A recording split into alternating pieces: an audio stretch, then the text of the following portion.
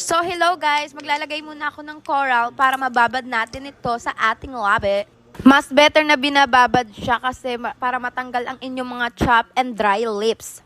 Mas okay na wag nyo siyang i-wipe kasi matutuyo na lang din siya kasi long lasting yan. And maglalagay tayo ng bago nating lalabas na pomade. May free brush na siya kaso masyadong maliit kaya gusto kong gamitin lagi yung mahaba kasi maganda-ganda ang hagodan pagka mahaba. Charis! Ang ginamit ko dyan ay pinagsamang black and dark brown. Tapos inuuna ko doon yung ulo, yung dulo pala ulo. Tapos i-brush-brush nyo lang siya sa unahan para hindi masyado makapal sa unahan. Kaya lagi kayong mag-umpisa sa gitna papuntang dulo. Honestly, hindi talaga ako marunong magkilay. Pero dahil dito sa pomade ko, gumaling ako magkilay. And then, magkukulotki ulit ako kasi aalis tayo for tonight's videos. Actually, kagabi pa tong video na to. Ngayon ko lang pinost. Kasi pupunta kami ng bridal shower. Kailangan pakak na pakak tayo pumunta doon. Ang tips ko sa inyo, pag nasa bahay lang kayo or aalis, wag na